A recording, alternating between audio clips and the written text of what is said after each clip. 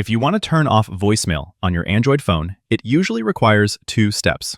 We'll want to stop the phone from taking the message, and we'll want to stop the carrier from storing it. Let me show you how to do this. First, we'll go to the phone app, navigate to the keypad, and then type in the following: pound, pound, 004, and then another pound key.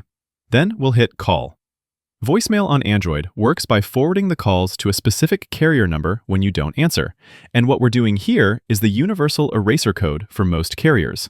It tells the network to stop forwarding missed calls to the voicemail inbox, and when you don't pick up your phone, the phone will just keep ringing, or the caller gets a user unavailable message instead of your voicemail. Now, about the second step I mentioned earlier.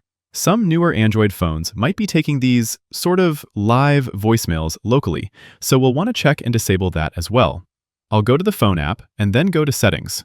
On some phones, you'll have 3 dots in the top right corner, which is how you get to the settings.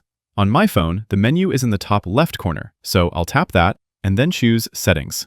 Then we'll look for the take a message option and make sure this is turned off.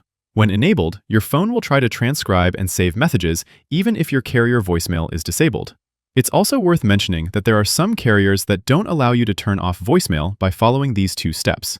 If that's the case, you might need to use the carrier's own app, like the My Verizon app, for example, and look for an option to manage add-ons. Look for basic voicemail and remove it. Or dial 611 to call support and ask customer service to disable voicemail. Another, sort of a poor man's hack, is to simply call your own phone from a different number and leave long, silent messages until your voicemail inbox is full. After that, new callers get a mailbox full message and they're forced to hang up, meaning no new messages for you. Not ideal, but sometimes that's a good backup solution. And that's how you turn off voicemail. Click that like button if this helped and subscribe for more guides like this.